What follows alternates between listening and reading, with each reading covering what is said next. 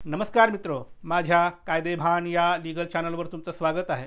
तर आजच्या व्हिडिओचा विषय आहे की होम लोन आणि क्रेडिट कार्ड जर एकाच बँकेत असेल तर काय काळजी घ्यावी, एनपीए झालं तर काय धोका आहे, या संदर्भाने आपण माहिती बघूया।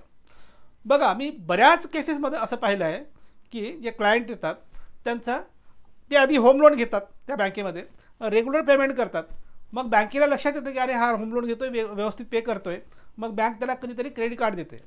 मग क्रेडिट कार्ड आधी 50,000 लिमिटचं देते, नंतर 2 लाख 3 लाख 4 लाख 5 लाख असं लिमिट वाढवते।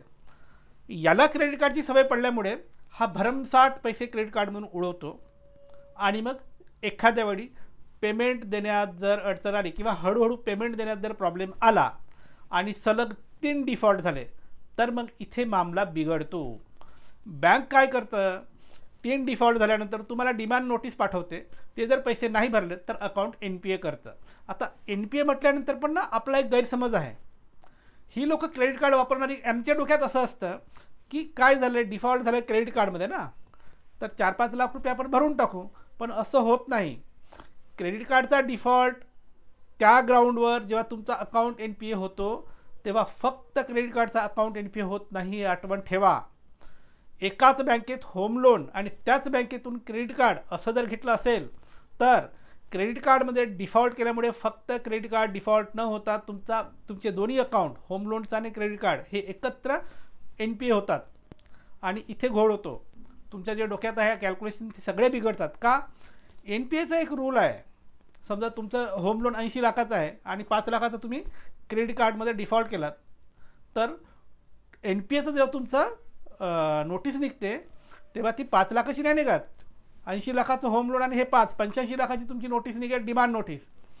एकदा एनपीएची नोटीस निघाली की मग तुमची धावपळ चालू होते। तुम्हाला असं वाटतं क्रेडिट कार्ड सेटल केलं तर होईल, पण असं होत नाही, कारण आता फक्त क्रेडिट कार्ड एनपीए झाला नाही, होम लोन पण झाला आहे आणि डिमांड नोटीसवर जी रक्कम 85 लाख आली आहे ती सगळी भराल तरच तुम्हाला इथून मुक्ती आहे। हे तुमचं नेट आउटस्टँडिंग जे आहे ते भरून तुम्हाला मुक्ती मिळत नाही किंवा तुम्हाला सूट मिळत नाही।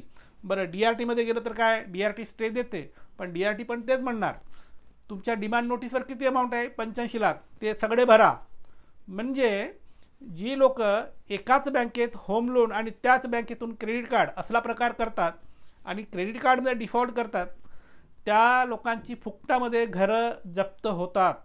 त्यामुळे जर तुमचं होम लोन आणि क्रेडिट कार्ड दोन्ही एकाच बँकेत असेल आणि जर तुमचं क्रेडिट कार्डचं पेमेंट रेग्युलर नसेल, डिफॉल्ट होत असतील, उद्या एनपीए होण्याची जर भीती असेल तर आत्ता सांगतो इथे जर बेफिक्री केलात तर तुमचं घर जप्त होऊ शकतं। त्यामुळे शक्यतो क्रेडिट कार्ड व्यवस्थित क्लोज करा आणि त्या बँकेचं क्रेडिट कार्ड वापरू नका ज्या बँकेत होम लोन आहे। दुसऱ्या अजून कुठल्या बँकेचं वापरत असेल तर बघा, त्याचा फार इम्पॅक्ट येत नाही, पण होम लोन आणि क्रेडिट कार्ड एकाच बँकेचं असेल तर खूप डेडली इम्पॅक्ट येतं। हे टाळायचं असेल तर तुम्ही शक्यतो ही काळजी घ्या आणि क्रेडिट कार्ड शक्यतो वापरू नका। तर मित्र, ही होती माहिती, एकाच बँकेतील होम लोन आणि क्रेडिट कार्ड असेल तर काय धोका असतो त्या संदर्भाने। तुमच्यासाठी असंच मी कायद्याचे व्हिडिओ आणत राहील, त्यासाठी कायदेभान पाहत राहा। आणि हो, ज्यांना कायदेशीर सल्ला हवा आहे ते संपर्क करू शकतात। माझा नंबर तुमच्या स्क्रीनवर दिसतोय, पण थेट फोन करायचा नाही, अजिबात फोन करायचा नाही। व्हॉट्सअपवर जा, नावगाव जिल्हा केसची माहिती लिहून पाठवा। जर तुमच्या केसमध्ये मेरिट असेल तर आम्ही तुम्हाला सल्ला देऊ। बाय।